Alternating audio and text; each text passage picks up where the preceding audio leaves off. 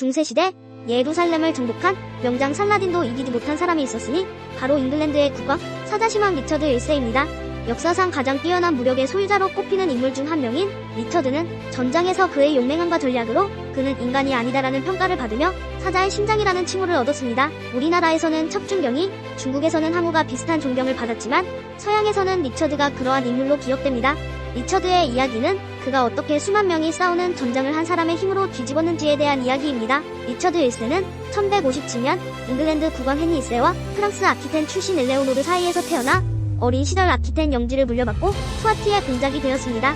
그의 가족 관계는 복잡했는데 아버지 헨리 2세는 리처드의 형제들보다 막내 존을 편애했고 모친 엘레오노르가 이간질하면서 가족 내 불화가 심했습니다. 리처드의 가혹한 통치로 인한 폭동과 형제들의 반발에도 불구하고 청년왕 헨리의 사망으로 리처드가 왕위계 승자로 부상했습니다. 어느 날 아버지인 헨리 1세가 왕위계 승을 조건으로 아키텐 영지 양도를 명령했지만 리처드는 거부했고 결국 1188년에 아버지를 배신하고 프랑스 필리프 2세에게 합류했습니다. 헨리 2세가 1189년 사망하면서 리처드는 잉글랜드의 왕이 되었고 왕위에 오른 직후 제3차 십자군 원정에 참가했습니다. 제3차 십자군은 예루살렘이 살라딘에 의해 정복된 후 성지를 탈환하기 위해 교황 그레고리오 8세의 호소에 따라 잉글랜드와 프랑스가 이끄는 기독교 연합군이 결성된 원정을 말합니다. 원정 비용을 마련하기 위해 리처드 1세는 자신의 영지와 관직을 팔아 자금을 모았고 병력을 모아 함선을 타고 출정했습니다. 리처드의 힘이 돋보였던 순간은 1191년 8월 케사레아 전투였으며 리처드가 천둥과 같은 고함을 내지르며 혼자 투르크군에 뛰어들어 닥치는 대로 그들을 베어내기 시작했고 리처드의 위용을 본 투르크군은 뒤도 보지 않고 달아났다고 합니다. 그렇게 후방에 있던 부대는 리처드 왕이 보여준 초인적인 힘 덕분에 위기를 벗어났다고 하죠.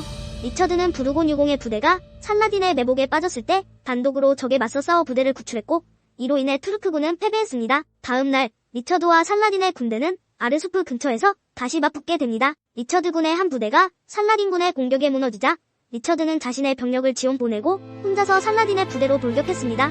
그는 엄청난 괴성을 내며 투르크군을 마구 쓰러뜨리고 아무도 그의 상대가 될 수 없었습니다. 리처드의 초인적 무력의 투르크 병사들은 겁에 질려 그의 공격을 피했으며 이후 그가 공격할 때마다 길을 터주는 지경에 이르렀습니다.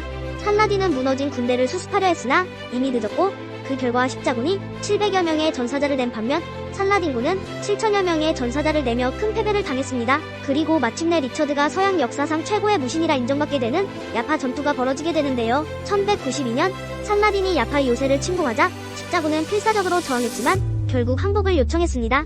살라딘은 요새를 비우고 물러나라고 명령했으나 이 소식을 들은 리처드는 분노하며 군대를 소집해 야파 요새로 향했습니다. 리처드의 지원군을 본 요새의 수비병들은 항복을 취소한다는 편지를 살라딘의 서기관에게 보냈습니다. 이에 분노한 살라딘은 요새의 맹공을 퍼붓기 시작했습니다. 요새 수비병들은 고함을 지르며 리처드에게 도움을 요청했지만 살라딘군의 함성과 깃발 소리 때문에 리처드는 이를 듣지 못했습니다. 사제 한 명이 바다를 건너 리처드에게 도움을 요청하자 리처드는 즉시 요새 구출작전에 나섰습니다. 해안가에서 살라딘의 군대를 공격하여 그의 무기로 유명한 덴마크산 도끼로 적들을 긁어 물리쳤습니다. 이후 리처드는 단 80명의 부하들과 함께 야파 요새를 공격하고 있던 6만 명의 살라딘군을 완전히 몰아냈습니다. 리처드가 단 80명의 병사들과 함께 6만 명의 적을 물리친 것은 놀라운 일이며 그가 제대로 된 전투장비 대신 배에서 신는 슬리퍼를 신고 이를 달성했다는 사실은 더욱 놀랍습니다. 전투 직후 살라딘의 전령에게 리처드는 자신이 갑옷 대신 슬리퍼를 신고 싸웠음에도 불구하고 왜 살라딘의 군대가 자신을 보자마자 도망치냐고 물었습니다. 리처드가 데리고 간 80명의 병사들도 제대로 무장하지 않았으며 그들이 가진 말은 단 3마리에 불과했습니다. 이 사건은 양측의 역사서에 기록되어 있으며 리처드를 직접 목격한 살라딘은 리처드를 사탄이라 부르며 경악했고 그의 서기관 바하딘은 리처드를 인간이 아니다라고 표현했습니다. 이 일로 리처드는 적들로부터 악마라는 별명을 얻게 되었습니다. 살라딘은 이슬람을 통일하고 예루살렘을 점령하는 등 위대한 업적을 이룬 명장이었으며 프랑스와의 전쟁에서도 뛰어난 지휘 능력으로 승리를 거둔 인물입니다. 이슬람에서는 무함마드와 견줄만한 성음으로 서구에서도 자주 언급되는 유명한 지도자입니다. 그럼에도 불구하고 살라딘이 리처드에게 여러 차례 패배한 것은 리처드의 탁월한 무력과 전술 때문으로 볼 수 있습니다. 살라딘은 리처드에게 여러 번 패배하였음에도 불구하고 군주로서의 품격과 인간적인 면모를 여러 차례 보여주었습니다.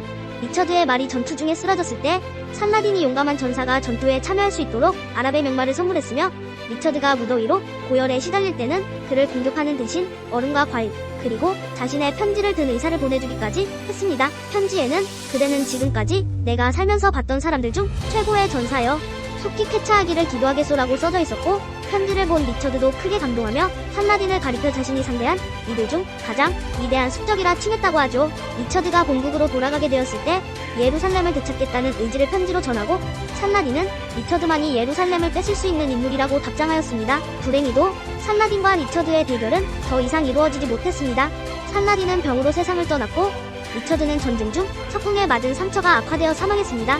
리처드는 뛰어난 무력과 전략, 전술 능력을 갖춘 야전 사령관이었으며 공성전과 병참, 보급, 능력에서도 탁월했습니다. 그는 적의 전술을 빠르게 파악하고 과감한 결단을 내리며 중요한 승부처에서 뛰어난 전술을 선보였습니다.